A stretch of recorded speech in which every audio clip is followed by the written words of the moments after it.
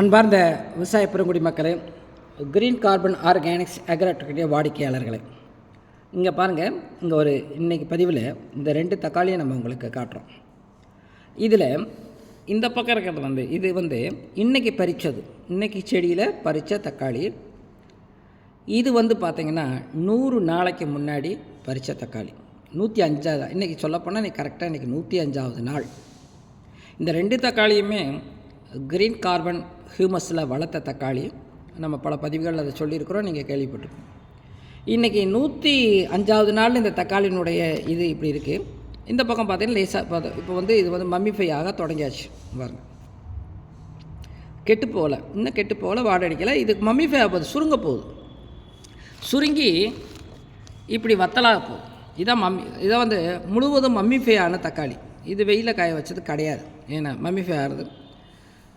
அப்போ எப்படி அந்த ஹியூமஸில் வளர்த்த ஒரு தக்காளிக்கு எவ்வளவு பெரிய லாங் செல்ஃப் லைஃப்னு சொல்லுவாங்க, அதாவது கெட்டு போகாமல் இருக்கிற ஒரு தன்மை எவ்வளவு இருக்குது அப்படிங்கிறத இந்த தக்காளி நம்மளுக்கு கொஞ்சம் உணர்த்தும்.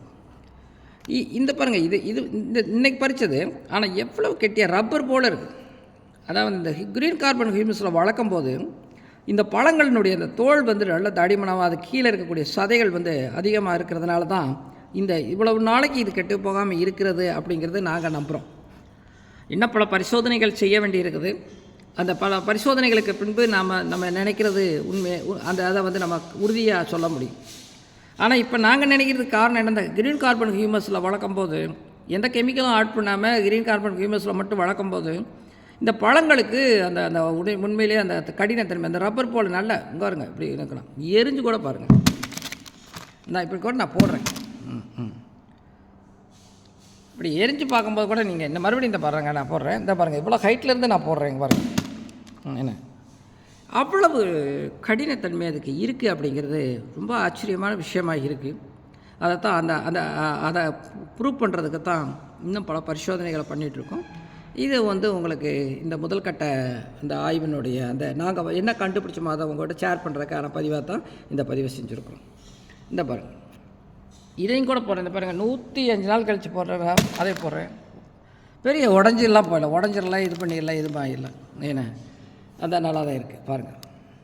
ஏன்னா ஸோ இவ்வளவு ஒரு தன்மை இதுக்கு இருக்குது அப்படிங்கிறது எங்களையே மிக ஆச்சரியப்படுத்துது. அந்த ஆச்சரியத்தை ஷேர் பண்ணுறதுக்கான ஒரு பதிவு தான் இந்த பதிவு. ஓகே வியூவர்ஸ், மேலும் இது சம்மந்தமாக வரக்கூடிய இன்னும் அப்டேட் உங்களுக்கு பண்ணிக்கிட்டே இருக்கேன் நான்.